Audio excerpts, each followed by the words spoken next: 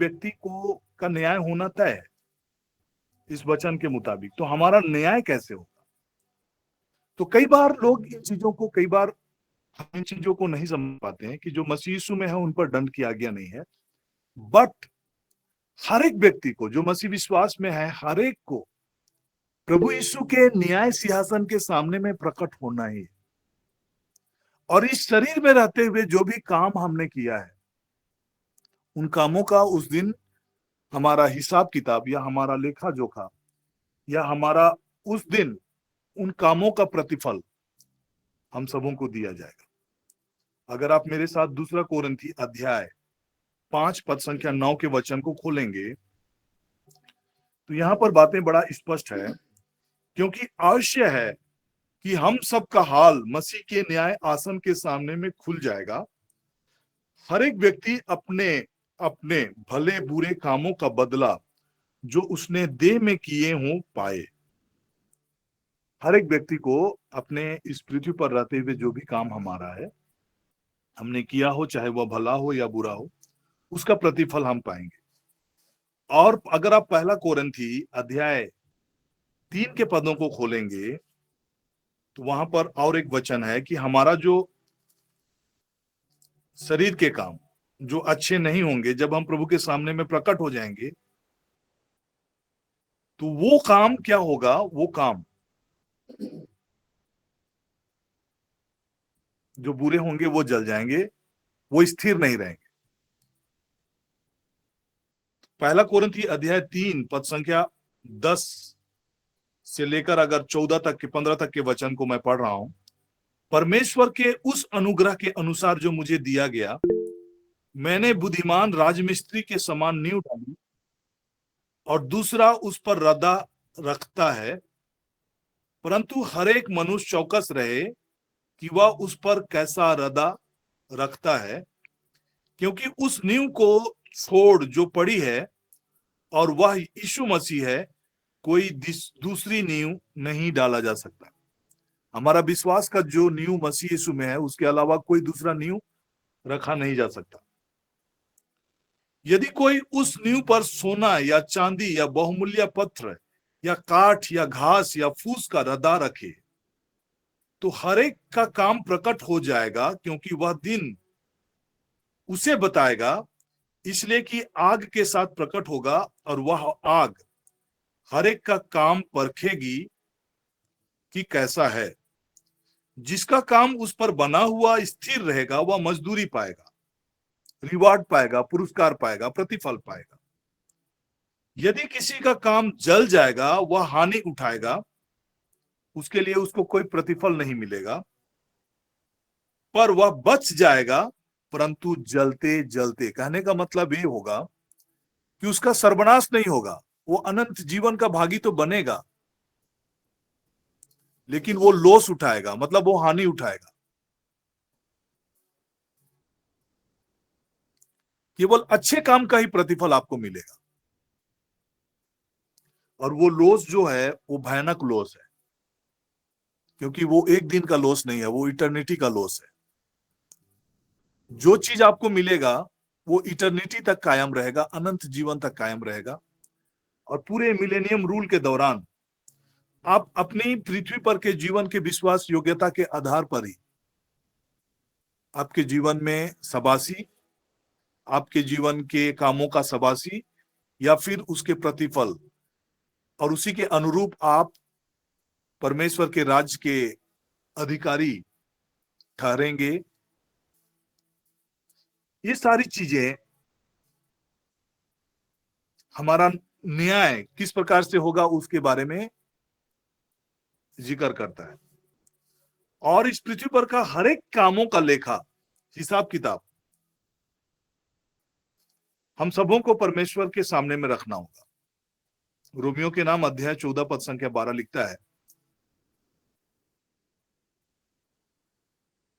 11, क्योंकि लिखा है, प्रभु कहता है कि मेरे जीवन की सौगंध, हर एक घुटना मेरे सामने में टिकेगा और हर एक जीभ परमेश्वर को अंगीकार करेगी। इसलिए हम में से हर एक परमेश्वर को अपना अपना लेखा हम में से हर एक परमेश्वर को अपना अपना लेखा देगा। मतलब हम अपने जीवन का हिसाब किताब हम परमेश्वर के सामने में देंगे। किस प्रकार की बातों को हम सोचते हैं, किस प्रकार की बातों को हम बोलते हैं, किस प्रकार के कार्य हम करते हैं, सब चीज का हिसाब किताब और लेखा हमें देना होगा। और ये लेखा जिस प्रकार का ऑडिटिंग के समय में होता है, लाइक आपका रेटिंग होगा, और उस रेटिंग की तरह ही हमारा रिवार्ड हमारे लिए तय किया जाए। तो जब हम इन चीजों को समझ रहे हैं कि लाइक हमारा जो रिवार्ड है वो एक दिन का नहीं है, 2 दिन का नहीं है, और ये अविनाशी नहीं है, हमें कितना सतर्क होकर अपने जीवन को जीना है। और मैं फिर से वचन की ओर आ रहा हूं, जहां हमारा रिवार्ड के विषय में बातें की जा रही है, और प्रभु यीशु मसीह हमें सचेत होने के लिए और तैयार रहने के लिए आगाह करते हैं। मत्ती का सुसमाचार जो कंटिन्यू प्रभु यीशु मसीह के आने के समय के चिन्हों के विषय में जो बातें कही गई है, और कैसे नूह के दिनों के समय में बचाव का काम हुआ था, जल प्रलय में आने से पहले नूह और उसका पूरा परिवार बचा लिया गया था, वैसे ही चीजें इस महाक्लेश से भी बचाव के विषय में कई जगह परमेश्वर के वचनों में लिखा है। और उसी से रिलेटेड जो यहाँ पर जो बातें की जा रही है, वो जो मिलेनियम रूल और अनंत जीवन, जो 1000 वर्ष का प्रभु यीशु मसीह का इस पृथ्वी पर का शासन है, उसके विषय में, उसके राज्य के विषय में आगे बातों का खुलासा प्रभु यीशु मसीह ने वचनों में किया है। तो अध्याय 24 पद संख्या 44 से मैं पढ़ रहा हूं। इसलिए तुम भी तैयार रहो, क्योंकि जिस घड़ी के विषय में तुम सोचते भी नहीं हो, उसी घड़ी मनुष्य का पुत्र आ जाएगा। ये उसके सीक्रेट कमिंग का विषय में, क्योंकि उसके आने का विषय का घड़ी जो द्वितीय आगमन का है वो तो प्रकट है। वो तो 7 साल का क्लेश का समय होगा, उसके अंतिम क्षण में प्रभु यीशु मसीह का द्वितीय आगमन होगा। और उसके द्वितीय आगमन के में क्या होने जा रहा है उसके विषय में भी बाइबल में चीजें वर्णित है कि जब प्रभु यीशु मसीह का द्वितीय आगमन होगा, उस समय जो झूठे भविष्यवक्ता हैं और जो मसीह विरोधी है और शैतान, उनको 1000 वर्षों के लिए बांधा जाएगा।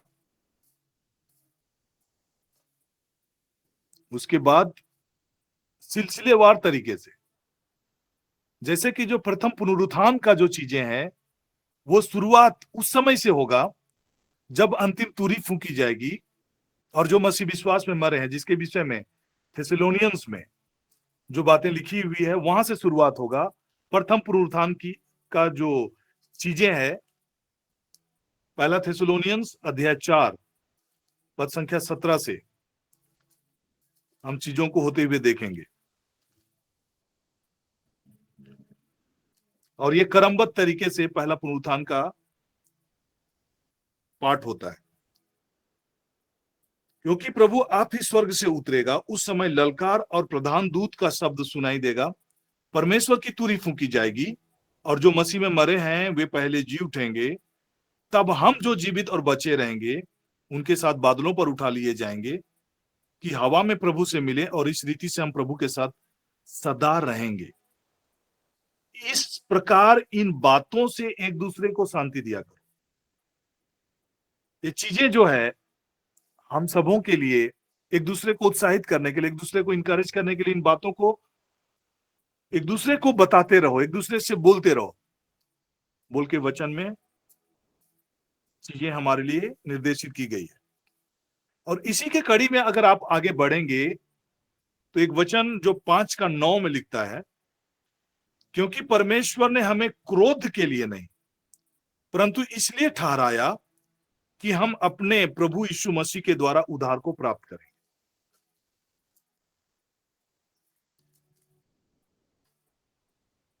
और मैं कामिल बुक के वचन से थेसलोनियंस का ही एक चैप्टर को और पढ़ना चाह रहा हूं, जो कि दूसरा अध्याय में वर्णित है।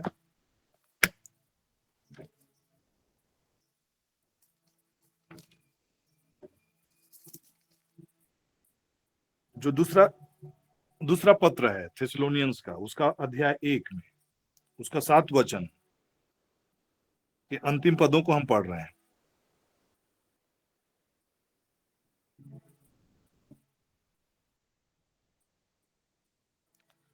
हमको उस समय विश्राम देगा जब प्रभु ईसा प्रकट हो जाएंगे और अपने शक्तिशाली दूतों के साथ प्रज्वलित अग्नि में आकाश से उतरेंगे।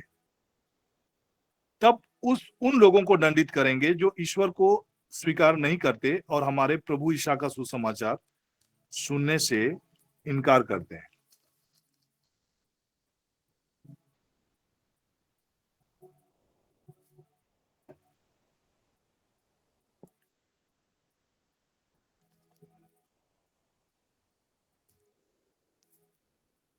क्योंकि आज मैं रिवॉर्ड के विषय में ही बातों को फोकस रखना चाह रहा हूं।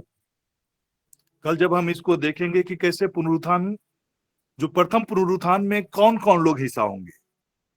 थेसलोनियंस में जो हमने पढ़ा कि प्रभु बादलों पर आएंगे तो वो पुनर्जीवित होंगे।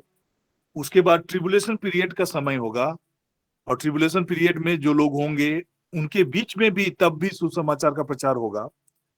और उसमें से कुछ सुसमाचार के प्रचार के दौरान फर्स्ट 3.5 years के दौरान में भी लोग स्वर्ग में उठा लिए जाएंगे और अंतिम रूप से जब हंसुआ चलाया जाएगा उस समय भी जो लोग प्रभु यीशु को ग्रहण कर रहेंगे वो लोग बचाए जाएंगे।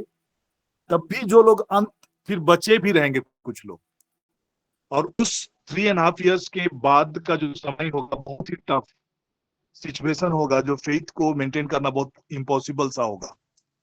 और उस समय बहुतों के गर्दन काटे जाएंगे। मतलब आप अगर विश्वास में कायम रहना चाहते हैं तो कई लोगों को मृत्यु सहना पड़ेगा अपने विश्वास को। और ये पीरियड केवल 7 years का है, बट ये 7 साल का समय बहुत लंबा सा समय लगेगा और बहुत कठिन समय होगा। तो इस विषय में कैसे कैसे कैसे लोग प्रथम पुनरुत्थान के भागी में कौन कौन सब आएंगे, तो उस विषय में हम लोग कल के सत्र में पढ़ेंगे। लेकिन आज जो मैं बातें बताना चाह रहा हूं वो ये है कि अभी इस पृथ्वी पर का जो समय काल हमारा बाकी है, उन चीजों को हमको कैसे अपने आप को इन्वॉल्व करना है ताकि हम अपने रिवार्ड से वंचित ना रहे और हम अपना रिवार्ड को पाएं। और वो रिवार्ड को पाने का जो क्वालिफिकेशन है, जो क्राइटेरिया है, वो बड़ा स्पष्ट है और वो है कि हमारी विश्वास योग्यता। मतलब परमेश्वर के कामों के प्रति जो बुलावा परमेश्वर ने हम सबों को दिया है, उस बुलावा योग्य जीवन को जीते रहना, यही है। ईश्वर आपको अपने बुलावे के योग्य बनाए और आपकी प्रत्येक सदिच्छा तथा विश्वास से किया हुआ आपका प्रत्येक कार्य अपने सामर्थ्य से पूर्णता तक पहुंचा दे।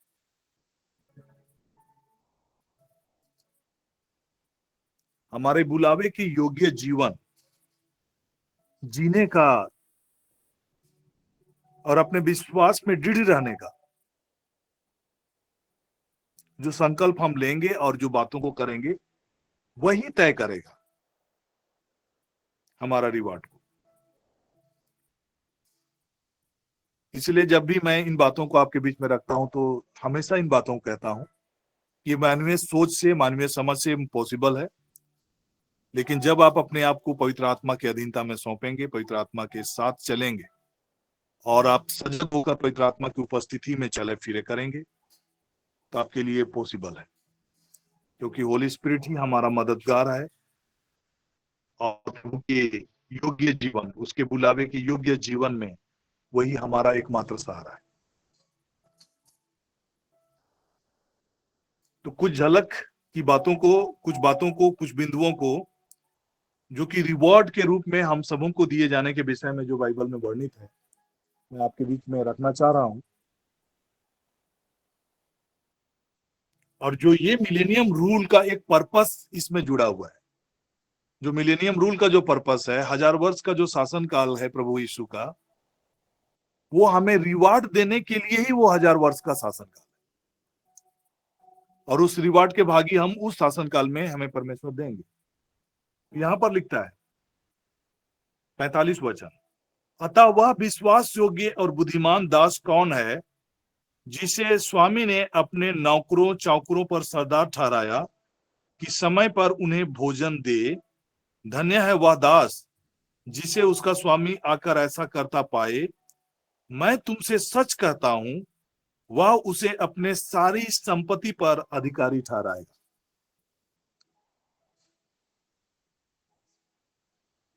ये कैसे हम उसके अधिकारी ठहराए जाएंगे?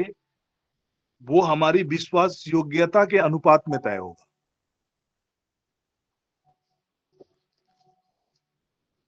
और एक वचन जो 25 का 23 में लिखा है, उसके स्वामी ने उसे कहा कि धन्य हे अच्छे और विश्वास योग्य दास, तू थोड़े में विश्वास योग्य रहा, मैं तुझे बहुत वस्तुओं का अधिकारी बनाऊंगा, अपने स्वामी के आनंद में सहभागी हो। तो ये जो रिवार्ड का जो इंडिकेशंस है, रिवार्ड का जो पुरस्कार का जो प्रतिफल का जो संकेत हम यहां देख रहे हैं, अधिकारी बनाए जाने का जो संकेत हम देख रहे हैं, वो अभी इस पृथ्वी पर विश्वास योग्यता का जीवन के साथ उसका डायरेक्ट संबंध है।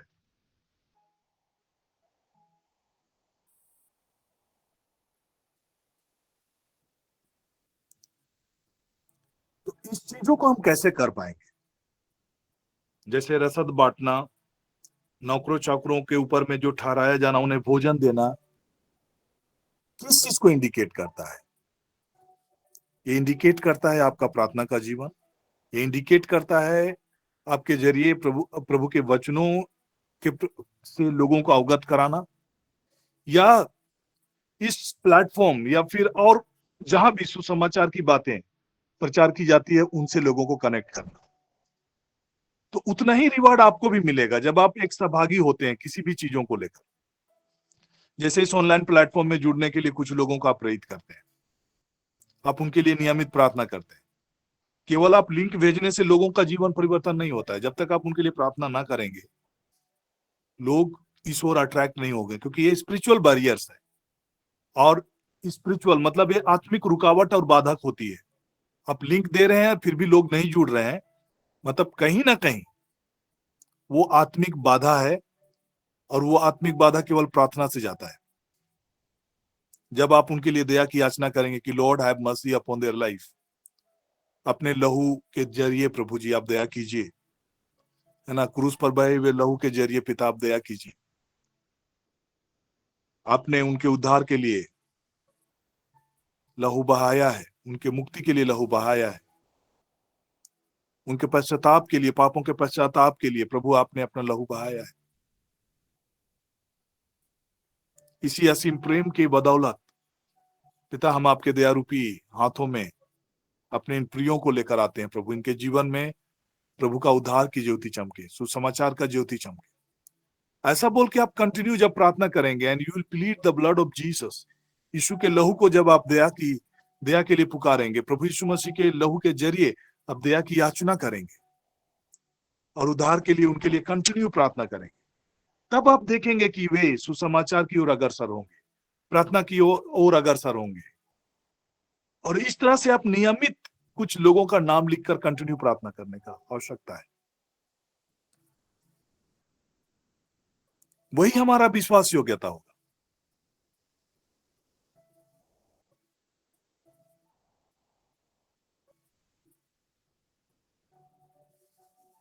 अगर हम आज भी अगर प्रार्थना नहीं कर पा रहे हैं, चाहे सुसमाचार के लिए हम सहभागी नहीं हो पा रहे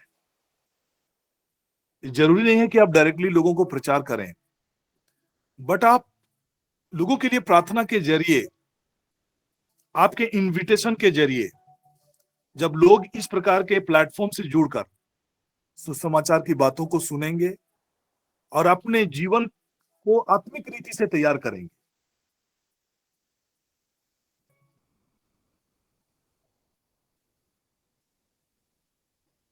वही है हमारा विश्वास योग्यता। और जब प्रभु आएंगे और ऐसा करते हुए हमें पाएंगे तो वे अपनी सारी संपत्ति पर हमें अधिकारी ठहराएंगे, ऐसा उनका वचन और उनका प्रतिज्ञा है। तो क्विकली हम एक दो रेफरेंसेस केवल देखेंगे, उसके बाद हम आज के वचन को यहीं पर एंड रखेंगे। ये रिवार्ड का जो सत्र है जिसके बारे में मैंने आपके बीच में रखा कि ये रिवार्ड जो इसीलिए मिलेनियम रूल का एक पर्पस है कि ताकि हमको रिवार्ड मिल सके। यहाँ पर वचन लिखता है 16 का 27 वचन, उससे पहले एक दो वचन मैं आपको पढ़ना चाह रहा हूं। 26 वचन, यदि मनुष्य सारे जगत को प्राप्त कर ले पर अपने प्राण की हानि उठाए तो उसे क्या लाभ, या मनुष्य अपने प्राण के बदले क्या दे सकता है। 27 वचन, मनुष्य का पुत्र अपने स्वर्गदूतों के साथ अपने पिता की महिमा में आएगा और उस समय वह हर एक को उसके कामों के अनुसार प्रतिफल देगा। मनुष्य का पुत्र अपने स्वर्गदूतों के साथ अपने पिता की महिमा में आएगा और उस समय वह हर एक को उसके कामों का प्रतिफल देगा। तो प्रभु यीशु मसीह का आना वो हम सबों को प्रतिफल देने के लिए है। और कल किस प्रकार से वो चीजें संपन्न होगी, कैसे उनके के बारे में बाइबल क्या कहता है कि कैसे वो रिवॉर्ड हम रिसीव करेंगे, उन सारे विषयों में कल हम अध्ययन करेंगे। यशायाह 40 का 10, वहां भी इस प्रकार के रिवॉर्ड के विषय में लिखा है।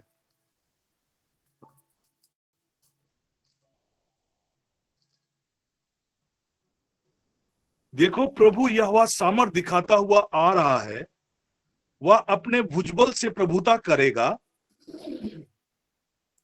देखो जो मजदूरी देने की है वह उसके पास है और जब बदला देने का है वह उसके हाथ में है।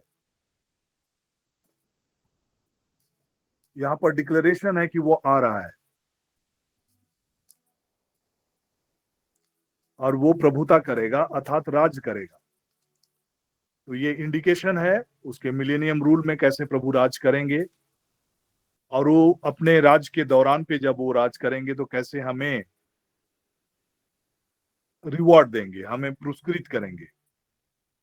देखो प्रभु ईश्वर सामर्थ के साथ आ रहा है, वह सब कुछ अपने अधीन कर लेगा। When Jesus will come, everything will be under him। सब चीज को वो अपने कंट्रोल में कर लेगा, सब कुछ उसके अधीन हो जाएगा। वह अपना पुरस्कार अपने साथ ला रहा है और उसका विजय उपहार भी उसके साथ है। वह गरेड़िए की तरह अपना रेवड़ चराता है, वह मेमने को उठाकर अपनी छाती से लगा लेता और दूध पुलाने वाली भेड़ें धीरे धीरे ले चलता है।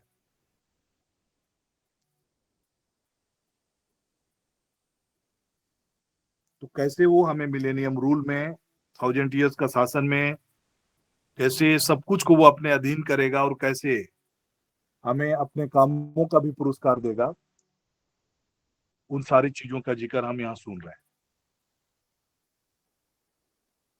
दूसरा रेवलेशंस का किताब में भी हम कि मैं शीघ्र आने वाला हूं, देखो मैं शीघ्र आने वाला हूं और प्रत्येक के कामों के अनुसार प्रतिफल देने के लिए, अब हर एक के कामों के अनुसार देने के लिए मेरे पास प्रतिफल है।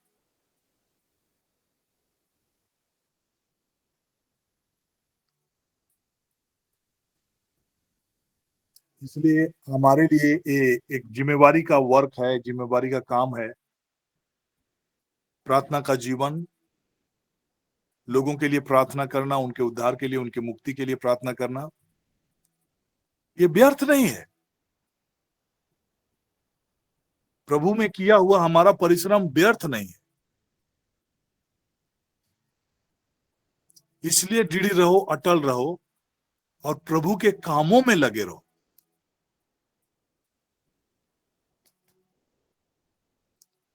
प्रभु में तुम्हारा परिश्रम व्यर्थ नहीं है, व्यर्थ नहीं है। प्रभु में तुम्हारा परिश्रम व्यर्थ नहीं है, व्यर्थ नहीं है। इसलिए दृढ़ रहो, अटल रहो, प्रभु के काम में सर्वदा बढ़ते जाओ। पहला कोरिन्थी अध्याय 15 पद संख्या 22 का वचन लिखता है, और यह क्षण भर में पलक मारते ही अंतिम तुरी फूंकते ही होगा, क्योंकि तुरी फूंकी जाएगी और मुर्दे अविनाशी दशा में उठाए जाएंगे और हम बदल जाएंगे।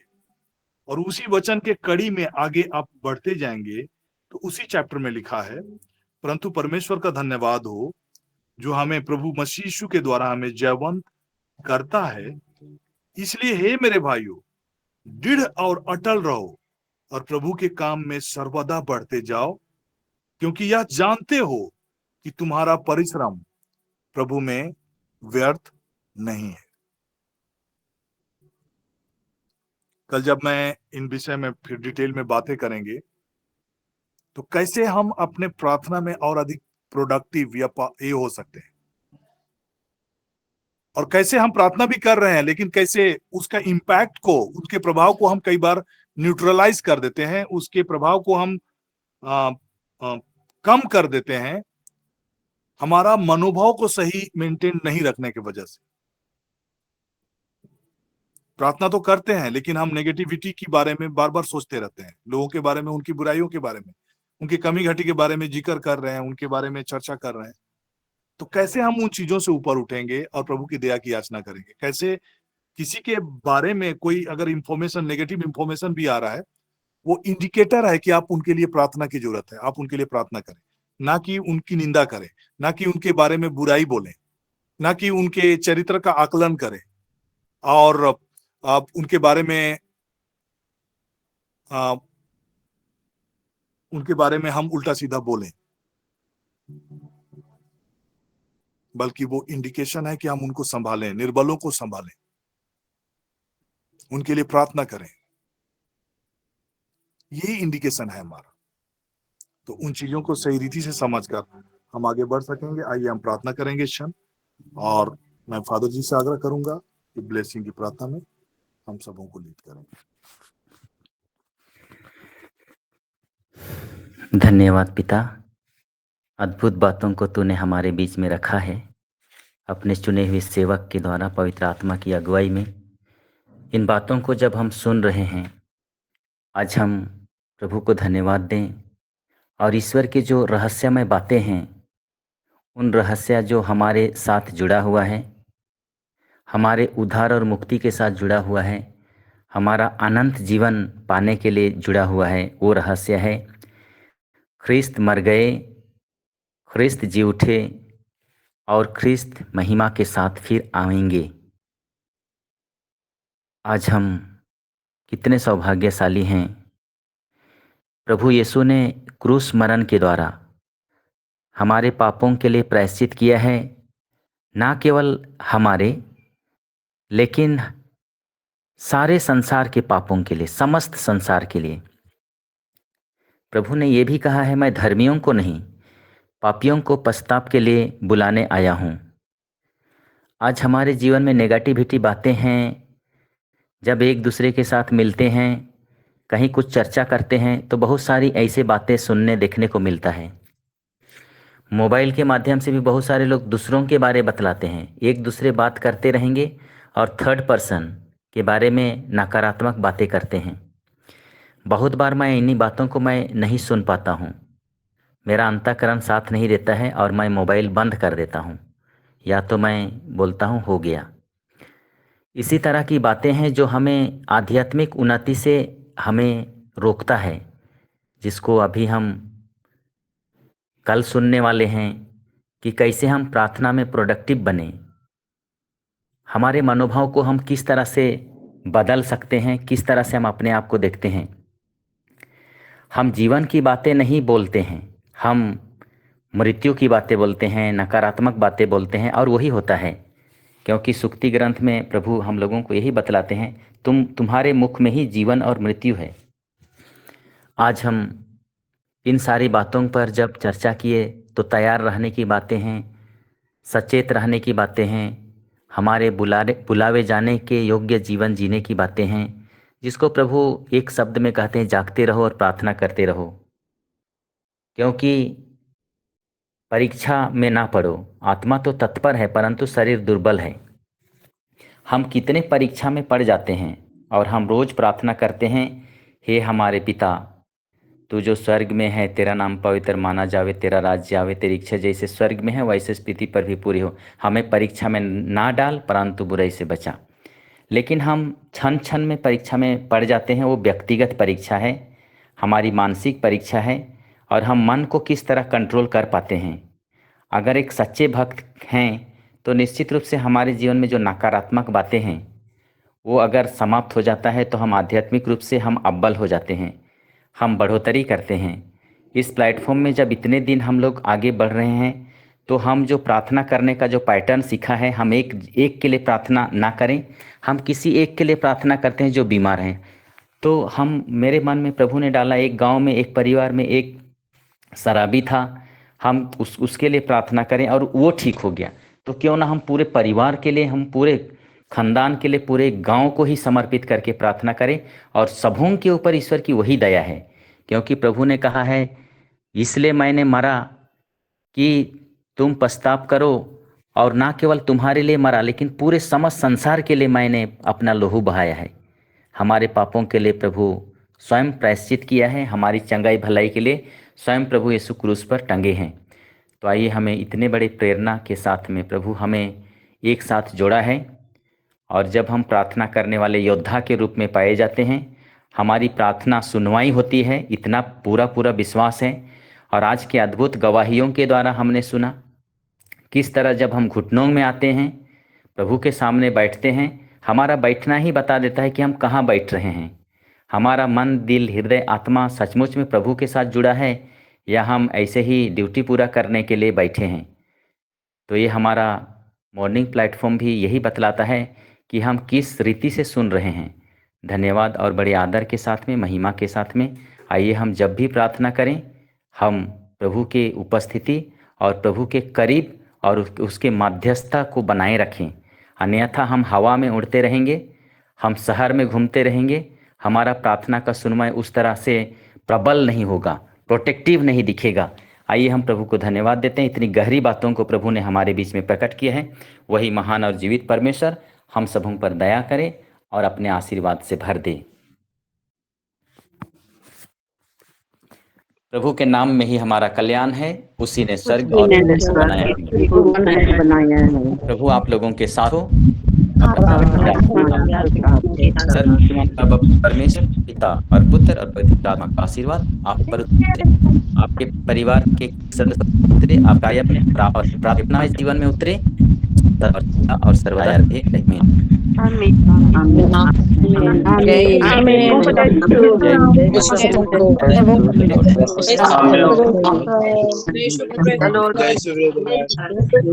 सबों को जय यीशु। सभी को